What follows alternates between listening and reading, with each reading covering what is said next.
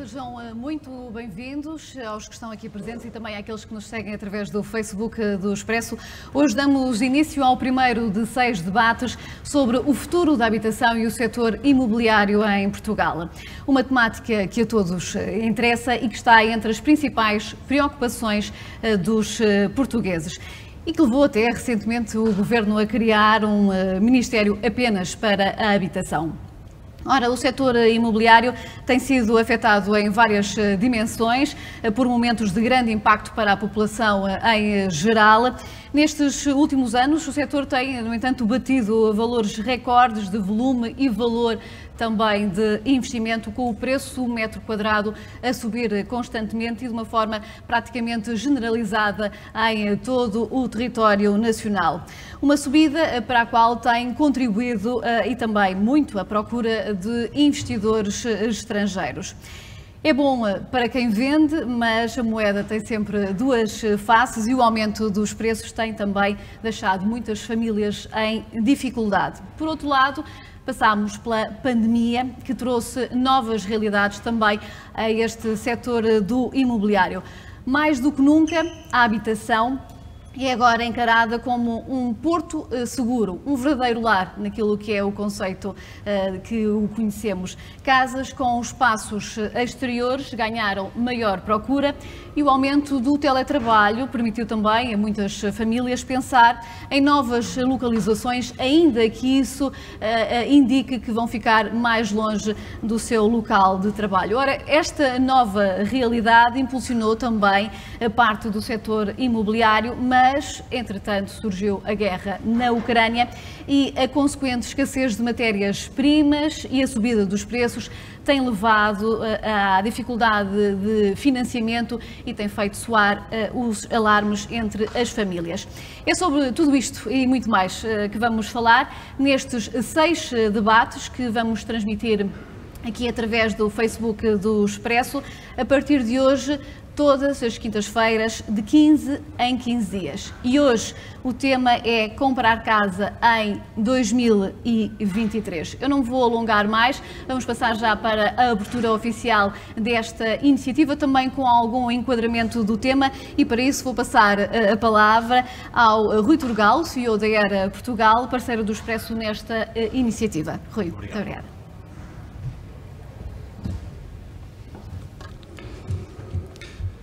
Boa tarde a todos. É com muito prazer que dou as boas-vindas hoje a todos. Antes de mais, gostaria de agradecer a todos os participantes por se juntarem a nós nesta ocasião e ainda ao Expresso por ser parceiro desta iniciativa. O Expresso e a Era Portugal juntam-se para debater o futuro da habitação do setor imobiliário em Portugal. Ao longo dos próximos meses, e através de um conjunto de 6 debates, iremos passar por estes temas. Pretendemos dar resposta a algumas das principais dúvidas e preocupações dos portugueses relacionadas com a habitação. Pretendemos também, com este ciclo de conferências, celebrar os 25 anos da Era em Portugal, 25 anos em que ajudamos as famílias portuguesas ou a vender casa ou a comprar casa. Apoiamos promotores, investidores imobiliários e, de alguma forma, ajudamos a construir melhor, estando certo que contribuímos desta forma para a melhoria da habitação em Portugal. Sabemos que os últimos 25 anos fizeram de nós uma marca em que muitas famílias portuguesas confiam. Sabemos bem disso, mas queremos mais e, por isso, consideramos que esta celebração devia continuar a ser feita em forma de contributo. Partilhando aquilo que é o nosso conhecimento, convidando outras entidades a partilhar aquilo que é também o seu conhecimento, para, em conjunto, olharmos o futuro e realizarmos um debate que ajude a clarificar os desafios desta atividade para todos os portugueses. O setor do imobiliário tem sido um dos mais dinâmicos e em constante evolução nos últimos anos. Hoje, observamos tanto mudanças na forma como as pessoas procuram e adquirem imóveis, como na expectativa e necessidade dos compradores e investidores. Sabemos também que, devido ao contexto da incerteza que vivemos, a habitação está na ordem do dia e é, neste momento, uma das maiores preocupações dos portugueses. É por isso que este evento é tão importante e iniciamos com o tema Comprar Casa em 2023.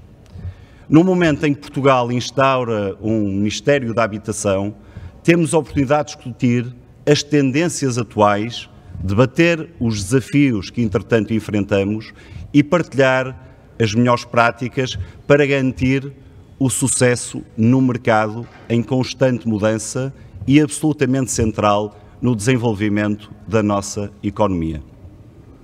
Esperamos que estes debates representem um momento de aprendizagem e de conexão com todos e para todos os participantes. Mais uma vez, obrigado a todos os participantes e sejam todos muito bem-vindos. Muito obrigado.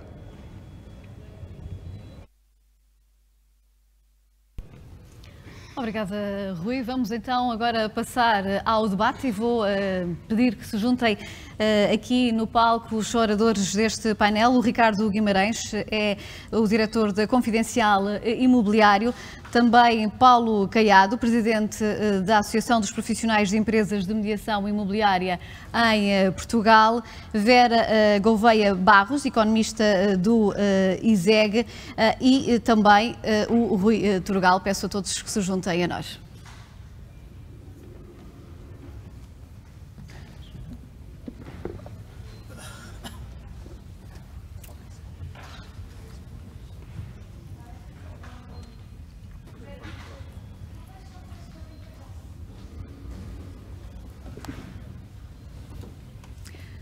Altura então para começarmos esta conversa sobre este tema, como já referimos aqui, que é de uma enorme importância para todos e numa altura como esta, em que antevemos ou já vivemos uma crise económica, certamente ganha ainda maior relevo. O Rui Turgal sentou-se aqui logo do meu lado esquerdo e, portanto, vou já começar por si, porque o tema que hoje nos traz aqui é precisamente comprar casa em 2023. Eu vou colocar um ponto de interrogação já aqui no tema.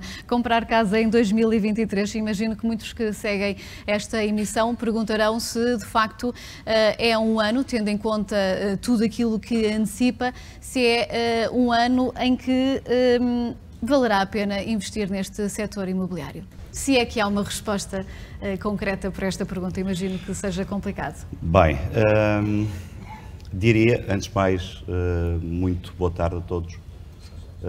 Diria que relativamente a essa pergunta e naquilo que a mim diz respeito e depois destes anos todos no setor, que é sempre uma boa altura para comprar casa. Sem dúvida que este ano 2023, enfim, já experienciamos isso no fim de 2022, temos de alguma forma sentido um processo de alguma forma desafiante naquilo que diz respeito às taxas de juros, naquilo que diz respeito à inflação e, portanto, isto coloca desafios e alguma daquilo que é instabilidade no mercado. No entanto, e relativamente ao mercado português, deixe-me partilhar o seguinte. Existe desde há muitos anos um gap enorme entre aquilo que é oferta e aquilo que é procura e, portanto, esse gap mantém-se, existe e, portanto, faz com que a procura exista cada vez mais e, de alguma forma, pode existir aqui algum desaceleramento, mas a necessidade, a vontade de investimento, a vontade de adquirir casas está lá e, portanto, penso que de uma forma geral poderia dizer que se irá manter esta tendência. Muito bem. Ricardo Guimarães, diretor da Confidencial Imobiliário, é a pessoa que nos pode trazer aqui números e balanços, tendo em conta o trabalho que realizam. Estamos, no que diz pelo menos respeito às grandes cidades, ou vamos assistir a uma mudança daquilo que será a procura dos próximos tempos, com as periferias a ganharem maior procura e eventualmente o centro da cidade, não perdendo essa procura, ela ficará destinada eventualmente a mercados diferenciados. Sim, bem, antes de mais agradecer o convite, a oportunidade, agradecer ao Expresso e também à ERA.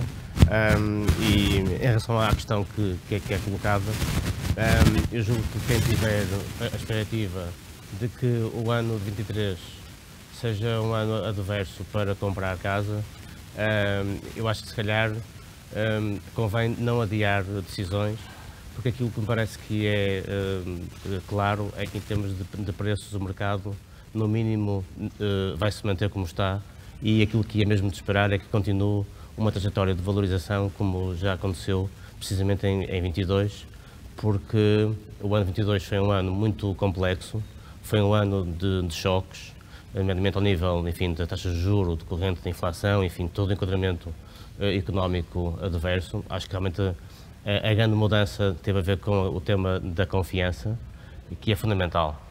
Mas, apesar de tudo, os fundamentais do mercado, aquilo que são os equilíbrios, que já foi aqui dito pelo Rui Turgal, o equilíbrio entre a procura e a oferta, fazem com que o saldo seja, de facto, favorável do ponto de vista da tendência de crescimento do mercado. Mas o mercado tem mudado bastante desde os últimos anos. Tem sido realmente, enfim, um carrossel de diferentes fases do mercado, porque nós tivemos os centros a protagonizar nas fases pré-pandemia, em especial, e com, enfim, motivações nem sempre, digamos, falamos de casas, mas nem sempre de habitação, no sentido clássico de habitação para as famílias portuguesas. E aquilo que aconteceu desde então foi alguma reorientação do mercado para aquilo que seria o mercado tradicional de habitação, de produção para as famílias portuguesas. E isso fez com que o mercado se distendesse, saísse dos centros e fosse para as periferias. Depois a pandemia veio acelerar porque não é só uma questão de preferência da oferta, ou seja, onde é que era possível fazer promoção e mais oferta compatível com o rendimento das famílias, também era uma alteração das preferências das famílias, que procuravam também sítios mais compatíveis com este novo enquadramento que teve como efeito duradouro, por exemplo, ao nível do teletrabalho, uma alteração da relação entre o local de residência e o local de habitação. Passou a ser uma escolha e não necessariamente uma fuga a preços mais caros? Quer dizer, eu diria que passou a ser ambas, não é? Portanto, quer dizer, de alguma maneira, uma necessidade e uma oportunidade. Isto tem transformado profundamente o nosso mercado. Eu costumo dizer que nós, que temos mais uma noção histórica do nosso território, devíamos desligar um bocadinho do nosso computador e voltar a ligar para fazermos uma leitura completamente diferente do mercado. Por exemplo, hoje aqui na região de Lisboa, a dinâmica na margem sul é realmente muito impressionante em termos de investimento, de procura e de valorização.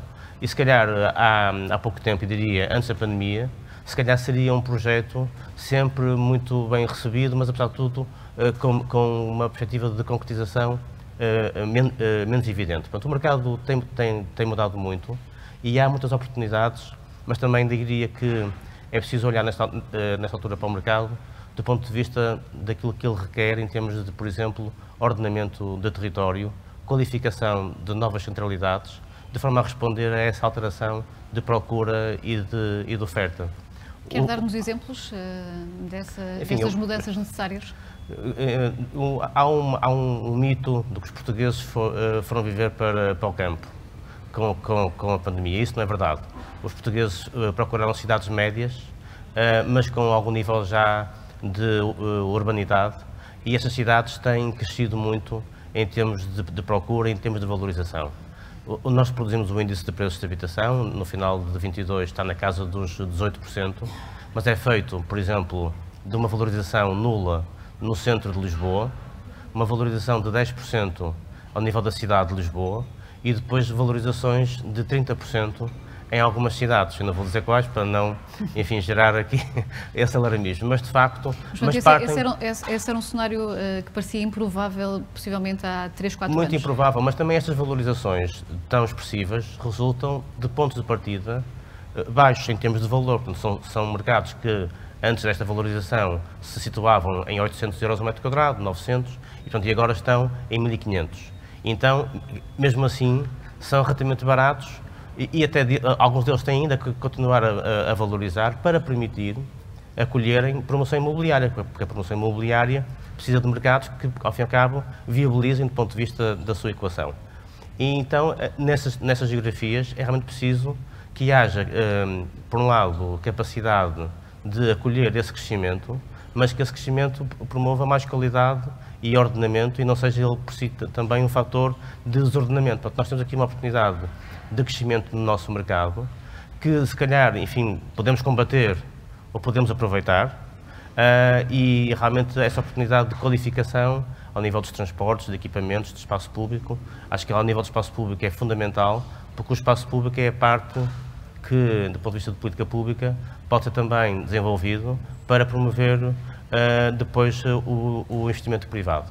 Portanto, o mercado está em grande transformação e eu julgo que o ano de 23, enfim, ligando as duas questões que fez a mim e que fez também ao Rui Turgal, o ano de 23 vai prolongar este tipo de novos equilíbrios, porque as famílias hoje encaram como perfeitamente viável não ter que viver, toda a gente tem que viver no Chiado, toda a gente tem que viver nos aliados no Porto. Enfim, essa ideia está já um bocadinho ultrapassada. As famílias procuram locais com qualidade de vida e até começam a perceber precisamente que essas cidades médias oferecem mais facilmente esse tipo de qualidade do que, se calhar, aquela ideia que tinham à partida que só no centro é que era possível encontrar essa solução. E isso está, de alguma maneira, a reconfigurar o mercado e está a fazer com que a valorização se tenha deslocalizado dos centros, como já disse, para essas geografias. Eu vou aproveitar essa reflexão, essas ideias, para pedir ao Paulo Caiado, que é Presidente da Associação dos Profissionais de Empresas de Mediação Imobiliária em Portugal, para nos dar também o ponto de vista de quem está no terreno a ajudar, quem pretende tomar estas decisões e que nos diga se, de facto, 2023 parece ser um ano em que será vantajoso para o setor e se esta falta de confiança que já foi aqui assumida, que veio com 2022 e possivelmente com a guerra na Ucrânia e também o início desta crise económica, se tem retraído ou se foi apenas aqui um stand-by, mas o comboio vai outra vez arrancar. Antes de mais, bom dia. Muito obrigado à Era Portugal pelo convite. Usando aqui uma expressão do Ricardo Guimarães, dos mitos urbanos, eu acho que todos nós ouvimos frequentemente falar do mercado imobiliário como um mercado onde os preços ora sobem, ora descem, um mercado de flutuações. E a realidade é que, se nós procurarmos imaginar um espaço temporal bastante alargado, mas que seguramente, enfim, todos o conseguimos imaginar e pensarmos, por exemplo, que desde a Segunda Guerra Mundial, e nos posicionarmos ali nos anos entre 45 e 50, até à presente data, de modo generalizado e transversal, em Portugal os imóveis desceram de preço em duas ocasiões. No 25 de abril de 74 e em 2010, quando da crise das dívidas soberanas. Quer num caso, quer no outro, 18 meses depois, eles estavam a recuperar o seu valor. De facto, num país como o nosso, alguém ser proprietário de um ativo imobiliário é uma componente de valor muito significativa, muito grande, porque ser dono do imóvel é ser dono, ter a propriedade de um bocadinho do planeta. E isso sempre foi valorizado e tem, de facto, um valor muito, muito significativo. Aquilo que recentemente assistimos foi que um evento tão impactante na vida de todos nós como a pandemia não foi suficiente para provocar, enfim, aqui alguma conturbação em termos desta rampa de valor que os imóveis estavam a ter. Mais recentemente, as consequências da guerra, nomeadamente em termos económicos, naquilo que tem a ver com a escalada da inflação, a subida das taxas de juros, foram eventos que mostraram-se incapazes, sendo tão graves e tão, de facto, com consequências tão desastrosas na vida de tanta gente, naquilo que tem a ver com o mercado imobiliário, eles não foram suficientemente graves para provocar grandes consequências naquilo que é a confiança indispensável para esta valorização. E, portanto, a nossa opinião é que os imóveis vão, previsivelmente, manter-se, enfim, neste estado que o temos conhecido, nesta linha de continuidade. A escassez é significativa, mas também temos assistido a uma deslocalização da procura para novas localizações. Quando diz a escassez de oferta? A escassez de oferta. E, de algum modo, também acredito que estamos aqui a assistir a um novo fenómeno de algo que há tanto tempo todos ouvimos falar, que é na regionalização, que pessoalmente nunca acreditei que ela acontecesse por decreto, mas pode acontecer quando isso se torna a vontade das pessoas. E aquilo que estamos a assistir é que a vontade das pessoas, e também, obviamente, por imperativos, é de se deslocarem e de enfrentarem aqui o tema da deslocação e da mobilidade com uma nova perspectiva. E, portanto... E essa nova perspectiva mantém-se numa altura em que os preços estão a subir, os preços dos combustíveis, sobretudo, pesam consideravelmente, ainda que entra aqui nesta equação a questão do teletrabalho, mas ele não serve a todos, e possivelmente dentro dessa perspectiva histórica que acabou de fazer, 2023 poderá estar relativamente parecido com essa crise de 2010, esperemos que não, mas nesse sentido...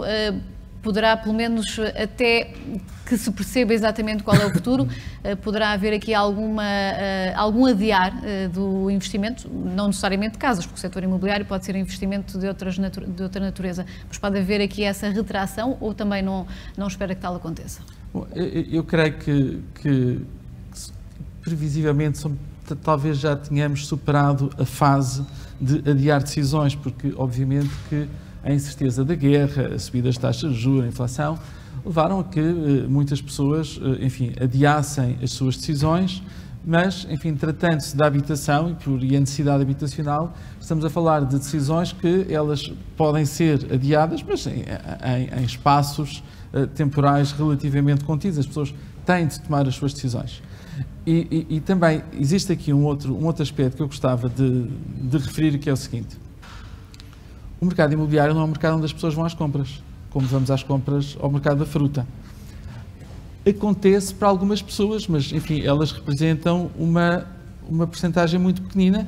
As pessoas que têm grande capacidade financeira, neste caso são muito ricas, e que, portanto, de vez em quando vão às compras imobiliárias. Existem, mas são muito poucos, não têm expressão naquilo que é o mercado, assim como não têm os estrangeiros que chegam cá com muito dinheiro, porque ganham muito e compram umas casas muito caras. Isso enfim, tem um reflexo importante para a nossa economia, mas também tem aqui, assim, uma expressão que é relativamente contida. Aquilo que é o movimento que gera as transações imobiliárias é um movimento que tem origem social e sociológica, que é o casamento, a separação, a morte, o nascimento, enfim, uma série de eventos que estes eventos não desaparecem, nem param, nem se podem adiar sine qua non.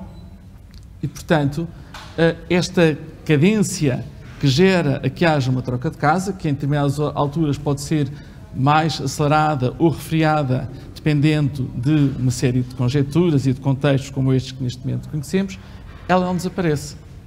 E, portanto, as decisões podem ser adiadas, mas elas não se param. A morte não se para, o nascimento não se para, a separação, enfim, também pode-se atrasar um bocadinho. Continua a ser válida, mas as decisões têm que ser tomadas. Continua a ser válida a expressão que quem casa, quer casa. Vera Gouveia Barros, bem-vinda também, deixei-a para o último, porque estamos a falar aqui com 3 homens ligados diretamente ao setor imobiliário e deixei para o final precisamente para perceber se partilha deste otimismo relativamente ao setor imobiliário. E é esta convicção que, de facto, as casas vão, se não subirem, vão pelo menos manter os preços que estão em vigor neste momento. Bom dia e obrigada pelo convite. Eu vejo aqui fatores, olhando para aqueles chavões que se associam aos economistas. Aliás, havia um ensaísta que dizia que para ter um economista bastava ensinar um papagaio a dizer oferta e procura, o que é algo bastante oco, especialmente quando estamos a falar de um mercado com características de um bem com características tão específicas que o afasta completamente desse funcionamento de só duas curvinhas que se interceptam, mas ainda assim a resposta oferta e procura está sempre certa.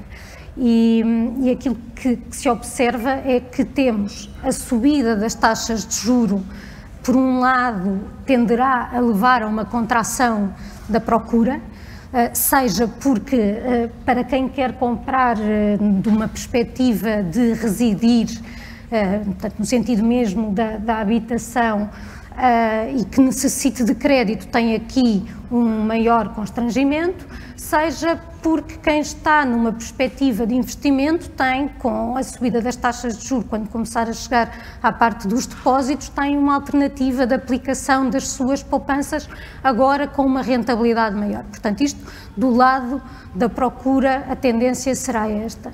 Do lado da oferta temos, e isto não tem exclusivamente que ver com a guerra, é uma tendência que se observava já de há mais tempo, um aumento dos custos de construção. Custos de construção tanto com a mão de obra como com os materiais, e por essa via a tendência será para que o preço suba. Mas conforme eu dizia, tudo isto é muito... Tratando-se da habitação, nós não podemos olhar para este mercado como olhamos para o de outros bens que são indistintos entre si. A comparação que eu costumo fazer é com os jogadores de futebol. O que é que vai acontecer ao mercado dos jogadores de futebol? Pois bem, não sabemos, porque não podemos provavelmente falar de um Zaidu, que me desculpe o Zaidu, ou comparando com um Mbappé, não é? São jogadores com características diferentes, que ocupam posições diferentes, que têm idades diferentes. E, portanto, estar a fazer esta comparação em termos de jogadores de futebol é a mesma coisa que com casas. Há bocadinho falava-se da preferência das famílias, agora haverá certamente famílias que preferiram deslocar-se dos centros das cidades, mas depois há certamente outros consumidores com preferências distintas que querem estar no centro da cidade, em casas até mais pequenas. A afirmação de que há gostos para tudo na habitação é absolutamente verdadeira. Portanto, combinando estas tendências, eu não vou fazer nenhuma previsão taxativa, até porque, como sabemos, os economistas são péssimos a fazer previsões e existem apenas para deixar os nutriologistas não tão embaraçados. Ainda assim, e ponderando todas essas questões que podem entrar para a equação, há aqui um elemento que poderá fazer toda a diferença em tudo isto, que é o setor bancário e aquilo que são as taxas de juro. E nesse sentido, qual é o papel da banca naquilo que será esse futuro que não arrisca prever? O papel da banca, ligando à resposta que dei anterior, é por duas vias. Por um lado, através da concessão de crédito, não só das taxas de juros praticadas, mas depois das próprias condições do dar mais ou menos crédito com mais ou menos facilidade. E isso é daqueles fatores que na literatura classicamente aparece a explicar o comportamento no mercado imobiliário. Temos, por um lado, as taxas de juros, por outro lado, o rendimento das famílias. E temos as taxas de juros importantes também enquanto referencial para quem tem poupanças e, portanto, o papel da habitação, não apenas enquanto bem de consumo, mas também enquanto bem de investimento e enquanto investimento alternativo a outras aplicações. Há pouco falou da questão do aumento dos juros no que diz respeito às poupanças. O que temos visto é que esse aumento foi mais baixo daquilo que inicialmente esperávamos. Portugal, isso pode fazer toda a diferença. E em Portugal, até no contexto europeu, esse aumento ainda tem sido menor por um conjunto de fatores que abarcam desde dos aspectos concorrenciais até ao próprio rácio de transformação, porque neste momento a banca portuguesa tem liquidez, não tem uma necessidade de captar poupanças. Mas, de facto, as taxas de juros são importantes e, atenção, eu acho que aqui há uma distinção a fazer com aquele período da intervenção da Troika que tem que ver com o nível de endividamento. Havia muito mais compra com recurso a crédito nos anos imediatamente antes portanto, no começo deste século, até termos tido a crise das dívidas soberanas. Isto significa que uma subida das taxas de juros teve muito mais impacto nessa altura, naquilo que foi as dificuldades, a taxa de esforço das famílias, do que previsivelmente terá agora. E, portanto, se nessa altura houve gente que se viu obrigada, e nessa altura era esse o problema da habitação, aliás, se nós formos olhar para aquilo que são as taxas de sobrecarga das famílias, eu explico, taxa de sobrecarga é a percentagem de famílias que gasta 40% ou mais do seu rendimento com habitação.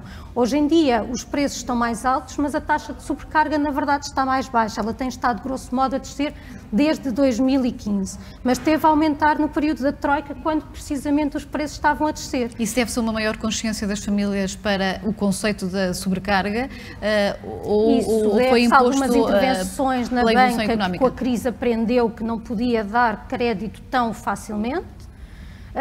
Isso possivelmente também decorre de alguma aprendizagem dos próprios agentes no recurso ao crédito, mas devo dizer que acho que em termos de literacia financeira, aliás, de literacia em geral, mas especificamente de literacia financeira, há muito caminho para andar e espero que iniciativas como esta possam ser parte desse caminho. Está na agenda o tema da literacia financeira, fazemos já essa publicidade porque de facto é um dos temas que vai estar em debate nestes 6 que aqui nos junta. Rui Turgal, de alguma forma também o que aqui estamos a falar já contribui precisamente para essa literacia. Nesta perspectiva do misto de otimismo, mas também de indefinição de qual é o caminho dos bancos, haverá uma crise de que dimensão? Que balanço é que nos pode fazer relativamente àquilo que possa ser a melhor opção entre o que é uma compra ou versus um arrendamento? Há, neste momento, essa dúvida entre quem, junto da mediação imobiliária, tenta perceber qual é o caminho mais seguro? Bem, desde logo gostava de passar aqui o que é a experiência da ERA, e bem, uma vez estamos a falar destes 25 anos, a nossa experiência em termos daquilo que é o arrendamento é absolutamente marginal. No entanto, neste contexto, é absolutamente natural que, podendo existir alguma retração naquilo que a compra diz respeito, existam muitas famílias, até num processo natural de adiar a compra, de poder perceber, ou até perceber qual é que é o teto da taxa de juro e perceber como é que pode encaixar isso naquilo que é a sua disponibilidade financeira para adquirir em casa, de poder, nesse processo de adiamento, poderem optar pelo arrendamento. E, portanto, isso já o sentimos de alguma forma em 2011, quando o subprime esteve na ordem do dia e, portanto, é natural que possa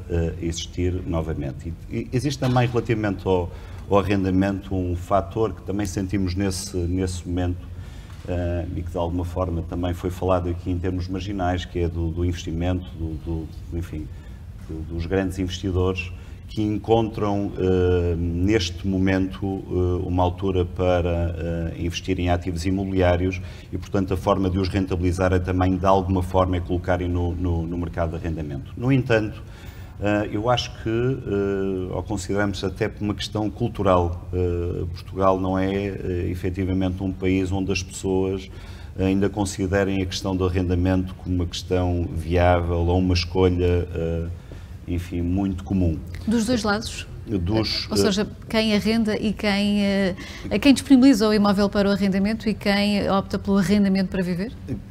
Quem opta pelo arrendamento para viver, desde logo, existe aqui uma questão cultural que de alguma forma também foi referida, que tem a ver com o facto de, enfim, ser considerado o investimento imobiliário como um investimento seguro, como um investimento transmissível para as gerações futuras. Portanto, isto é muito cultural. Se nós formos para países do norte da Europa, provavelmente encontraremos algo de diferente daquilo que eu acabei de referir. E, portanto... Peço desculpa, só interromper, mas é que isso também faz parte dos mitos urbanos, porque, por exemplo, a Noruega tem mais proprietários no sentido de pessoas que vivem em casa própria do que em Portugal. Portugal não constitui nenhuma exceção no contexto europeu. As exceções são, na verdade, a Alemanha, a Suíça e a Áustria, exatamente, que são, sim, países de arrendatários. O resto, nós estamos perfeitamente naquilo que é a média europeia de proprietários. E já agora deixa-me então fazer-lhe a pergunta, e essa diferença entre Mas países... Não, vou já dar eu ia referir exatamente, e peço desculpa, ia referir exatamente a Alemanha. Quando eu falo no norte da Europa, com certeza não estou a falar na Suécia, não estou a falar na Noruega, tinha em mente esta questão da Alemanha, em maior parte das pessoas, enfim, recorrem ao arrendamento para, enfim, para Rui, mas permita-me só alargar um bocadinho este parênteses que foi aqui aberto para perceber se essa diferença entre países onde o arrendamento é mais aceitável ou visto como uma solução mais válida do que noutros, tem a ver com questões meramente culturais ou tem a ver com a própria dinâmica da economia? Eu não tenho uma resposta para isso porque nunca me dediquei a estudar o assunto, portanto, há quem invoque razões sociológicas. Parece-me que o aspecto, por exemplo, de ter havido uma guerra mundial que destruiu aquele território é importante porque depois toda a reconstrução do parque habitacional foi pública e essa oferta de habitação permaneceu pública. Portanto, há uma explicação por essa via que não se aplica a outros países, mas honestamente não é algo que eu tenha estudado e que, portanto, possa afirmar é por esta ou por aquela outra, é por outra razão. Posso dizer que, em termos, isso sim está estudado, Portugal é um país onde existe um baixo nível de confiança entre agentes económicos, entre empregadores e empregados, entre Estado e contribuintes e bidirecional. E isto aplica-se também no mercado do arrendamento. Muito bem. Rui Turgal, voltando agora a dar-lhe a palavra, estávamos aqui a falar na questão do arrendamento face àquilo que possa ser um possível investimento. Há pouco também o Paulo Caiado fazia aqui essa referência de que, e usando a expressão que usava há pouco, aqueles que vão às compras em Portugal ainda são muito poucos, sobretudo quem vai para comprar uma casa, se não para a vida, mas para longos anos. Mas toda esta instabilidade económica pode levar a abrir-se aqui uma possibilidade de maior investimento no setor imobiliário, perspectivando essa possibilidade de mudança eventual de mentalidades perante o arrendamento? Eu acho que, enfim, em termos históricos, da história recente, acaba por reforçar ou realçar aquilo que acaba de referir. Em momentos de maior instabilidade, aquilo que se tem sentido, eu posso falar concretamente em relação àquilo que é a experiência da nossa empresa, existe, com exceção daquilo que, ou não querendo somar esta equação, grandes fundos, grandes investimentos, existe uma tendência das famílias de recorrer ao investimento imobiliário como forma de, enfim, colocarem as suas poupanças e entendendo aquilo que, de alguma forma, e como já referi, é cultural, que o investimento imobiliário é sempre um investimento refúgio, é sempre um investimento seguro. E, portanto, eu penso, embora estejamos a assistir a algo diferente daquilo que é um passado recente, penso que não fugirá muito dessa realidade aquilo que se passará atualmente, mas também gostava de referir que aquilo que se sente atualmente não é parecido com aquilo que sentimos na crise subprime e, portanto, até numa conversa prévia com o Ricardo aqui nos bastidores, conversávamos exatamente sobre isso e aquilo que neste momento faz com que as famílias normais compram casa dentro daquilo que foi falado anteriormente, que vão casar ou que se estão a divorciar, poderão estar a adiar aquilo que é a sua compra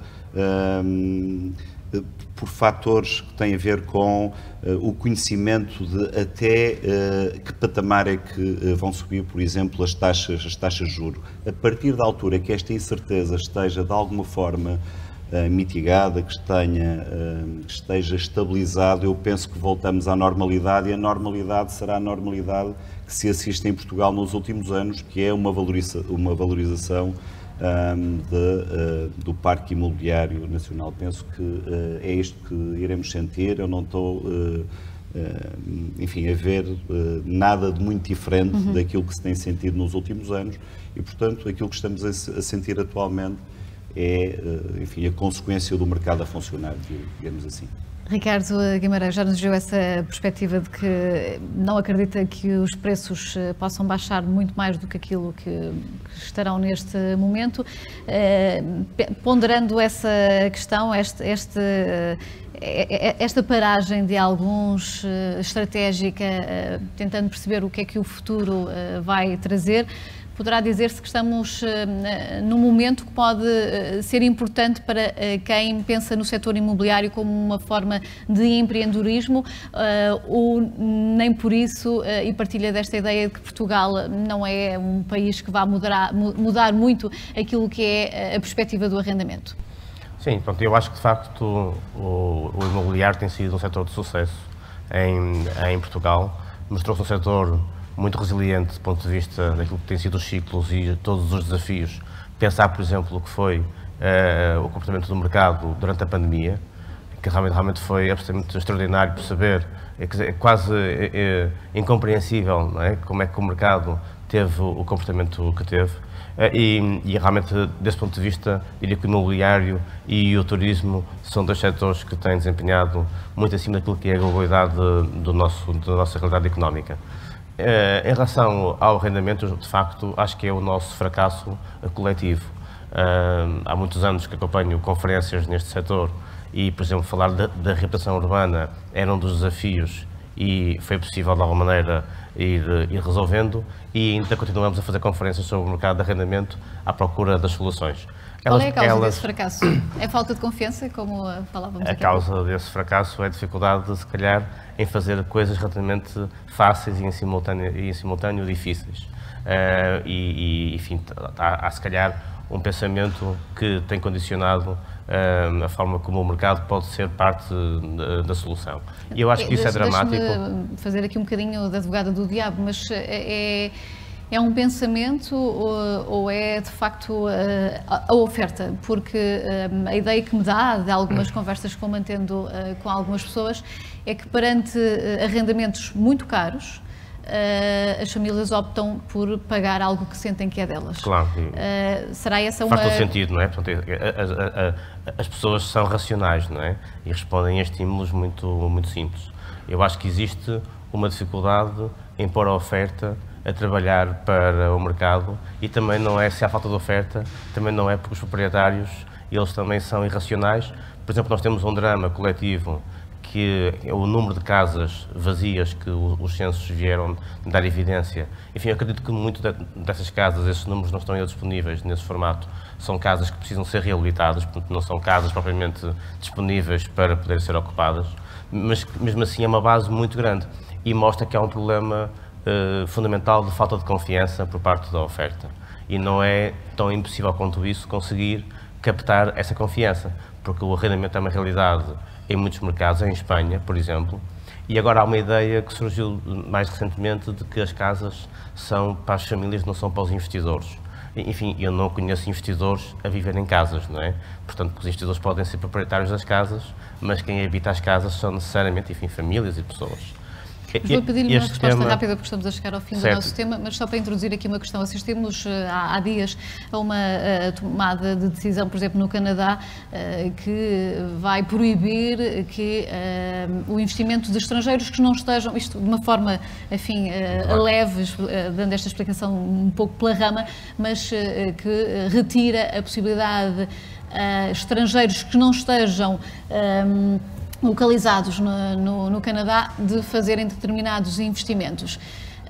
vê com bons olhos uma tomada de medida desse ponto em Portugal e se fosse tomada, eventualmente isso poderia ser um fator muito negativo? E quando lhe pergunto a sua opinião sobre esta questão é porque, de facto, estamos a ver cada vez mais um aumentar da preocupação dos portugueses relativamente à incapacidade de aceder à habitação necessária. O Canadá é um país rico e pode fazer políticas que Portugal talvez não possa.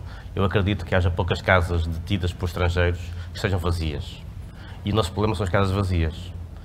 E, de facto, nós temos aqui um forte consenso em relação à dinâmica do mercado, que eu acho que, de facto, tem sido positiva e será positiva, mas não quer dizer que nós, há camadas da população que têm, de facto, muita dificuldade em aceder à habitação, em especial os jovens, que são aqueles que não beneficiaram da valorização dos seus ativos, porque quem está no mercado há mais tempo agora pode ter que suportar uma prestação maior, mas o seu ativo, de facto, valorizou, portanto não tem só um problema. Quem entra no mercado hoje em dia, os jovens, têm em simultâneo salários ainda relativamente baixos, juros mais altos e casas mais caras.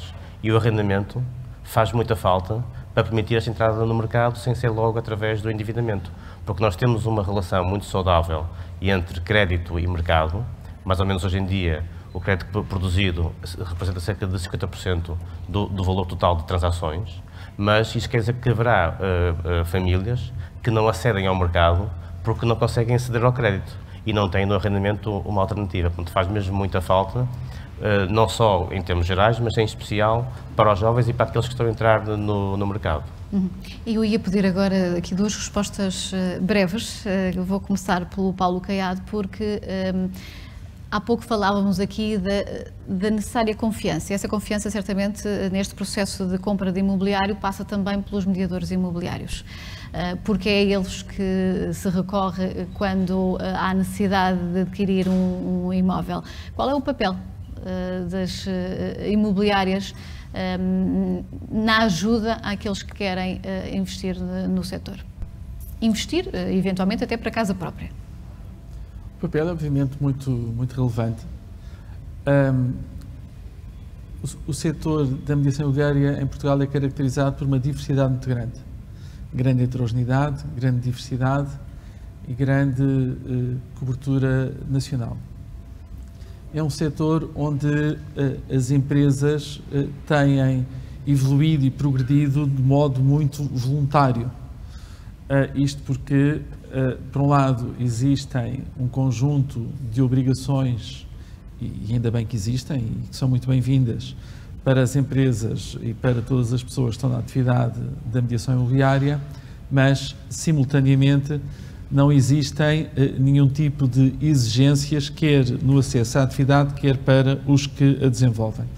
E, portanto, aquilo que entendemos é que é importante que a atividade se mantenha como uma atividade de livre acesso, onde qualquer, enfim, entidade, qualquer pessoa pode aceder, desde que, simultaneamente, possam ser conferidas aos cidadãos em geral a garantia e a segurança de que quem está na atividade reúne, enfim, a plataforma básica de conhecimento que é indispensável para que todos se sintam confiantes. A convicção que temos é de que a mediação tem tido um papel muito relevante. O recurso à mediação imobiliária tem aumentado com grande significado e previsivelmente vai continuar a aumentar. Cada vez mais são conhecidas as disparidades, as disfuncionalidades que ocorrem ou que podem ocorrer quando particulares se põem a realizar uma transação imobiliária, e as pessoas cada vez mais têm conhecimento do enorme risco que está associado a esse facto. E, por outro lado, a mediação imobiliária tem demonstrado estar cada vez melhor preparada para, enfim, corresponder e superar as expectativas de quem quer vender ou comprar casa. E, portanto, diria que sim, que a mediação imobiliária está preparada, que espera que haja neste caso, parte do Governo, que haja legislação que possa corresponder ao que há pouco referi, mas, enfim, a evolução tem ocorrido de forma, enfim, muito positiva, muito valorativa e, portanto, o balanço é muito positivo. Rui Turgal, é necessária mais formação para realmente credibilizar o setor? Eu não tenho a menor dúvida que o processo e o caminho vai ser exatamente por aí, pela formação, pela especialização dos profissionais. Entendo que este setor de atividade poderá só ser cada vez mais credível se conseguirmos e se tivermos um compromisso que tem que ser partilhado por todos de a profissionalização, a especialização dos profissionais que atuam nesta área.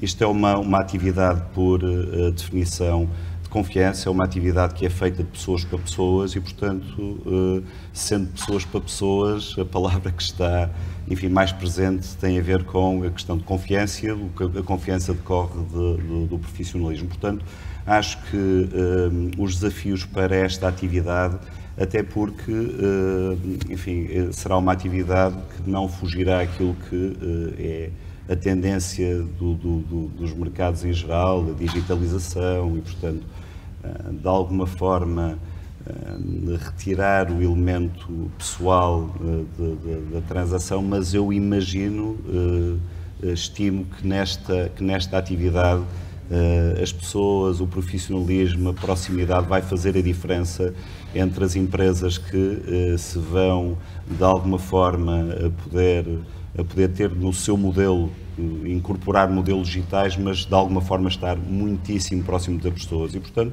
isso obviamente requer esse profissionalismo que acaba de referir e, portanto, a aposta da ERA tem sido ao longo destes 25 anos neste fator e é um dos fatores que nos diferencia. Portanto, a aposta continuará e, portanto, é a forma que nós entendemos o futuro deste setor. Rui Turgal, muito obrigada. Vera Gouveia Barros, Paulo Caiado, Ricardo Guimarães, a todos agradeço a presença aqui e o contributo para esta reflexão sobre o setor imobiliário.